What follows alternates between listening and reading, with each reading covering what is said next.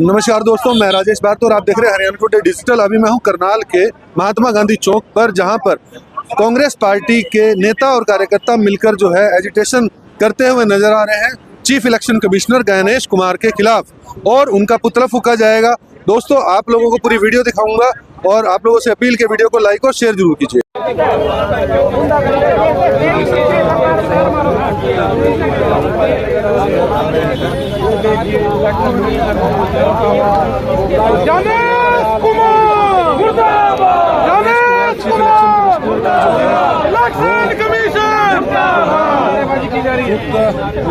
Vote में आ जाए खोट, तो फिर जनता का कोई पूछने वाला रहता ही नहीं।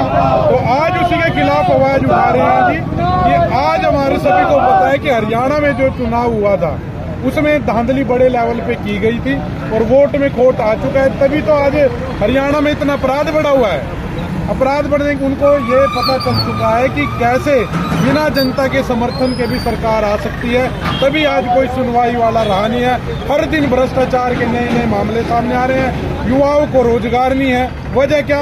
क्योंकि इनको पता चल चुका है कि अगर हम अच्छाई के काम करें या ना करें, सरकार हम धांधलेबाजी से बना लेंगे। आज उसी के खिलाफ हमने गणेश कुमार जी का चीफ इलेक्शन कमिश्नर का पुतला फूंका गया है। जी, उनका पुतला फूंका गया है, क्योंकि उन्हीं की देखरेख में सारा जो है फील्डिंग लगाई जा रही है और लोकतांत्रिक देश को चाइना और रशिया के राह पर मॉडल पे लेके जा रही है। देख सकते हैं गणेश कुमार जी का जो है वो पुतला फूंका गया है। चीफ इलेक्शन कमिश्नर हैं और रशिया और चाइना के मॉडल पर जो है वो लेके जा रही है। और सुरेश गुप्ता जी हमारे साथ। हत्या हुई है, इसलिए राहुल गांधी जी ने, खड़गे जी ने, केसी वेणुगोपाल जी ने, बीके हरिप्रसाद जी ने और प्रदेश के हमारे नेता इस बात में सब लोग मिलके एक एक जिले का कांग्रेस का साथी इस बात की डिमांड करता है कि मुख्य चुनाव आयोग अपना इस्तीफा दे। भारतीय जनता पार्टी मानने को तैयार नहीं है जी कि कोई वोट चोरी हुई है। क्यों? ये जो चोरी में भारतीय जनता पार्टी शामिल है तो वो क्यों तैयार होगी? उसका लोकतंत्र में विश्वास ही खत्म हो गया जी। वो चोरी करके देश में जो राजा बनता है, अगर वो आदमी ये सोचता है कि मैंने भारतवर्ष को तसल्ली देनी है तो दोबारा चुनाव में आ जाए, तो फिर जनता को इंसाफ कैसे मिलेगा? लोकतंत्र जिंदा कैसे रहेगा? क्योंकि चीफ इलेक्शन कमिश्नर जब रहेगा, जिनको लाखों लोगों ने 1947 की आजादी से पहले जो एजिटेशन की और जहाँ मतलब धरने दिए और जेल काटी और हमारे जवान, जनता को सड़क पर बैठना पड़ेगा। अगर जनता का आदर करते हैं, लोकतंत्र में विश्वास करते हैं, तो बीजेपी को लोकतंत्र में विश्वास है तो चुनाव आयोग का इस्तीफा लेके दोबारा गठन करें। जी धन्यवाद। कांग्रेस पार्टी का विरोध प्रदर्शन हुआ है, इसीलिए हमने आज पुतला फूंका सभी कार्यकर्ताओं ने। गुरविंदर जी क्या कहेंगे? आज पुतला क्यों फूंका गया है? आप लेट आए। संविधान में जो सबसे पहला हमारे देश में एक नागरिक को अधिकार है वो मत का अधिकार है, जिससे हम अपनी मर्जी की सरकार चुन सकते हैं, अपने प्रतिनिधि को चुन सकते हैं। आज इलेक्शन कमीशन जो कि एक स्वतंत्र संस्था है, उसने ऐसा काम किया है कि एक पार्टी को साथ देकर उन्होंने वोट चोरी में उनकी भागीदारी सुनिश्चित की है। जो सत्ता पक्ष है उन्होंने सड़कों पे जाने का प्रभाव से इलेक्शन कमीशन को अपने अंडर किया हुआ है, जिसकी वजह से सारे ही मध्य प्रदेश हो, चाहे महाराष्ट्र हो, चाहे हरियाणा हो, उसमें वोट चोरी हुई है। ये साबित हो चुका है। ये साबित खुद यहाँ के करनाल के जिला अध्यक्ष कर चुके हैं, गाड़ी को रवाना करते हुए बिहार की।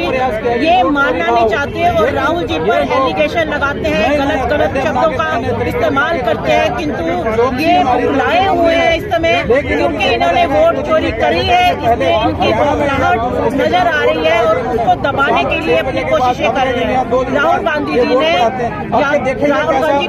पूरा पीपीटी दिखाया, उसके बाद आज महागठबंधन, जिसको ये मरा हुआ सांप कहने लगे थे, आज फिर जिंदा है। सारा महागठबंधन फिर से इकट्ठा हुआ है। सब लोग चाहते हैं कि ये जो वोट चोरी है, जो लोकसभा में चोरी हुई, जो विधानसभा में चोरी हुई, ये एक लोकतंत्र की हत्या है और आम आदमी के अधिकार को छीना। हमारे साथ पूर्व विधायक शमशेर सिंह गोगी जी हैं कि क्या कहेंगे सर? गणेश कुमार जी का पुतला फूंका है यहाँ पर और 25 लाख वोटों की चोरी का जो है आरोप लगाया है राहुल गांधी जी ने। संस्था है जिसके वो हेड है, वो लोकतांत्रिक संवैधानिक संस्था है, उसको भी खत्म करके और लोकतंत्र को भी खत्म करने का काम किया है।